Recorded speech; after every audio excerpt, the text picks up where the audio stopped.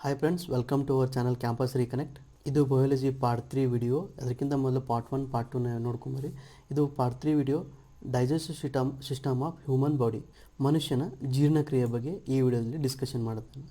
ಯಾರು ನಮ್ಮ ಯೂಟ್ಯೂಬ್ ಚಾನಲ್ಗೆ ಸಬ್ಸ್ಕ್ರೈಬ್ ಆಗಿಲ್ಲ, ಸಬ್ಸ್ಕ್ರೈಬ್ ಆಗಿ ಲೈಕ್ ಮಾಡಿ. ಅದೇ ರೀತಿ ಸೈಡಿರೋ ಬೆಲ್ ಐಕಾನ್ ನಿಮಗೆ ಅಪ್ ಟು ಡೇಟ್ ವಿಡಿಯೋ ಸಿಗ್ತಿರ್ತವೆ.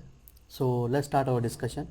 ಇನ್ನು ಡೈಜೆಸ್ಟಿವ್ ಸಿಸ್ಟಮ್ ಬಗ್ಗೆ ನೋಡೋದಾದರೆ, ಮೊದಲೇಕ ಡೈಜೆಸ್ಟಿವ್ ಸಿಸ್ಟಮ್ ಮೌತ್ನಿಂದ ಸ್ಟಾರ್ಟ್ ಆಗಿ ಎನಸ್ಸಿಂದ ಎಂಡ್ ಆಗ್ತದೆ. ಅದೇ ರೀತಿ ಬರುವಂಥ ಪಾರ್ಟ್ಗಳು ಸಲೈವರಿ ಗ್ಲ್ಯಾಂಡ್ ಬರ್ತದೆ. ಅದೇ ರೀತಿ ಟಂಗ್, ನಾಲಿಗೆ, ಇದು ಫುಡ್ ಪೈಪ್ನಲ್ಲಿ ಯಾವುದೇ ರೀತಿ ಫುಡ್ ಡೈಜೆಷನ್ ಆಗೋದಿಲ್ಲ. ಅದೇ ರೀತಿ ಇದು ಸ್ಟಮಕ್, ಇದು ಲಿವರ್, ಅದೇ ರೀತಿ ಪ್ಯಾಂಕ್ರಿಯಾಸ್, ಅದೇ ರೀತಿ ದೊಡ್ಡ ಕರಳು, ಇದು ಸಣ್ಣ ಕರಳು. ಒನ್ ಬೈ ಒನ್ ಡಿಸ್ಕಷನ್ ಮಾಡ್ಕೊತ ಹೋಗೋಣ. ಸೊ ಡೈಜೆಷನ್, ಜೀರ್ಣಕ್ರಿಯೆ ಅಂದರೆ ನಾನ್ ಅಬ್ಸಾರ್ವೇಬಲ್, ಅಂದರೆ ಹೀರಿಕೊಳ್ಳಲಾಗದಂಥ ಫುಡ್ ಐಟಮ್ನ ಹೀರಿಕೊಳ್ಳುವಾಗ, ಅಂದರೆ ಅಬ್ಸಾರ್ವ್ ಆಗುವಂಥ ಫಾರ್ಮಿಗೆ ಕನ್ವರ್ಟ್ ಮಾಡುವ ಕ್ರಿಯೆಗೆ ಡೈಜೆಸ್ಟಿವ್ ಸಿಸ್ಟಮ್, ಡೈಜೆಷನ್ ಅಥವಾ ಜೀರ್ಣಾಂಗ ಕ್ರಿಯೆ ಅಂತ ಕರೀತಾರೆ. ನಾವು ತೆಗೆದುಕೊಂಡ ಆಹಾರ, ಫುಡ್ ಸಲಾವೆ ಜೊತೆ ಮಿಕ್ಸ್ ಆಗಿ ಅದು ಜೀರ್ಣಕ್ರಿಯೆಯಲ್ಲಿ ಪಾಲ್ಗೊಳ್ಳುತ್ತದೆ. ಅದೇ ರೀತಿ ಸಲೈವರಿ ಗ್ಲ್ಯಾಂಡ್ನಲ್ಲಿ ಸಲೈವ ಸೀಕ್ರೆಟ್ ಆಗ್ತದೆ. ಇನ್ನು ಅದೇ ರೀತಿ ಸಲೈವದ ಪಿ ಎಚ್ ಲೆವೆಲ್ ನೋಡಿದರೆ, ಇದು ಇನ್ನಿತರ ಪಿ ಎಚ್ ಲೆವೆಲ್ ಬಗ್ಗೆ ನೋಡೋದಾದರೆ 6.8 ಅಂದರೆ ಎಸಿಡಿಕ್ ನೇಚರ್. ನಾನು ಆಲ್ರೆಡಿ ಪ್ರಿವಿಯಸ್ ವಿಡಿಯೋದಲ್ಲಿ ಪಿ ಎಚ್ ವ್ಯಾಲ್ಯೂ ಅಂದ್ರೇನು, ಅದರದ್ದು ಪಿ ಎಚ್ ಎಸಿಡಿಕ್ ಅಂದ್ರೇನು, ನ್ಯೂಟ್ರಲ್ ಅಂದ್ರೇನು, ಬೇಸಿಕ್ ಅನ್ನೋದೇನು ಅಂತ ನಾನು ಆಲ್ರೆಡಿ ಡಿಸ್ಕಷನ್ ಮಾಡಿದ್ದೀನಿ. So no digestion take place in food ಪೈಪ್ನಲ್ಲಿ ಯಾವುದೇ ರೀತಿ ಡೈಜೆಷನ್ ಆಗೋದಿಲ್ಲ. ನಾವು ಸ್ಟಮಕ್ ಬಗ್ಗೆ ನೋಡೋದಾದರೆ, ಇದರಲ್ಲಿ ಗ್ಯಾಸ್ಟ್ರಿಕ್ ಜ್ಯೂಸನ್ನು ಪ್ರೊಡ್ಯೂಸ್ ಆಗ್ತೈತಿ. ಅದರ ಪಿ ಎಚ್ ವ್ಯಾಲ್ಯೂ ನೋಡೋದಾದರೆ 1.5 to 3.5 ಅಂದರೆ ಆ್ಯಸಿಡಿಕ್ ಇನ್ ನೇಚರ್ ಇರ್ತದೆ.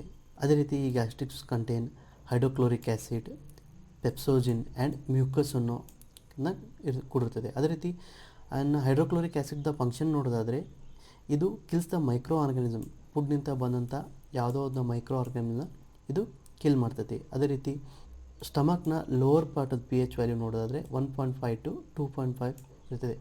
ಇನ್ನು ಇಂಟೆಸ್ಟೈನ್ ಬಗ್ಗೆ ನೋಡೋದಾದರೆ, ಕರಳುಗಳ ಬಗ್ಗೆ ನೋಡೋದಾದರೆ ಇದರಲ್ಲಿ 2 ಟೈಪ್ ಬರ್ತದೆ. ಒಂದು ಸ್ಮಾಲ್ ಇಂಟೆಸ್ಟೈನ್ ಅಂದರೆ ಸಣ್ಣ ಕರಳು, ಇನ್ನೊಂದು ಲಾರ್ಜ್ ಇಂಟೆಸ್ಟೈನ್ ದೊಡ್ಡ ಕರಳು.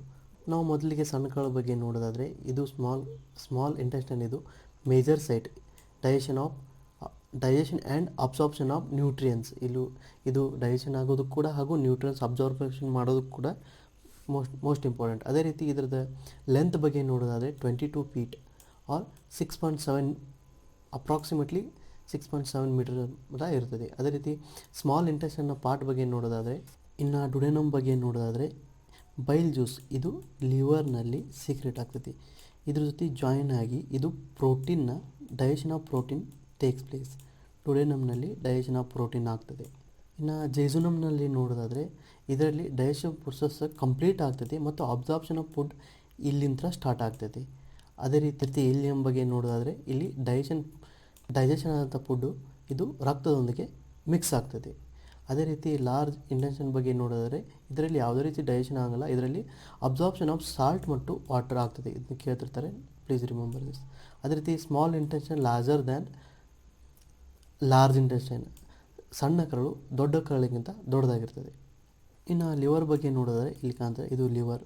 ಅದೇ ರೀತಿ ಲಿವರ್ನಲ್ಲಿ ಬೈಲ್ ಜ್ಯೂಸ್ ಪ್ರೊಡ್ಯೂಸ್ ಆಗ್ತದೆ. ಅದೇ ರೀತಿ ಈ ಬೈಲ್ ಜ್ಯೂಸ್ನ ಪಿ ಎಚ್ ವ್ಯಾಲ್ಯೂ ನೋಡೋದಾದರೆ 7.7 ಇರ್ತದೆ. ಇದು ಫುಡ್ನಿಂದ ಬಂದಿರೋಂಥ ಬ್ಯಾಕ್ಟೀರಿಯಾಗಳನ್ನ ಕಿಲ್ ಮಾಡ್ತೈತಿ. ಅದೇ ರೀತಿ ಲಿವರ್ ಇದು largest gland in human body ಒಳಗೆ ಇದು ಒಂದು ಲಾರ್ಜೆಸ್ಟ್ ಗ್ಲ್ಯಾಂಡ್. ಅದೇ ರೀತಿ ಇದರದ ವೇಟ್ ಅಪ್ರಾಕ್ಸಿಮೇಟ್ಲಿ ನೋಡೋದಾದರೆ 1.5 to 2 kg ಮಟ್ಟ ಇರುತ್ತದೆ. ಅದೇ ರೀತಿ ಡೆಡ್ ಆದಂಥ RBC ಲಿವರ್ನಲ್ಲಿ ಡಿಸ್ಟ್ರಾಯ್ ಆಗ್ತದೆ.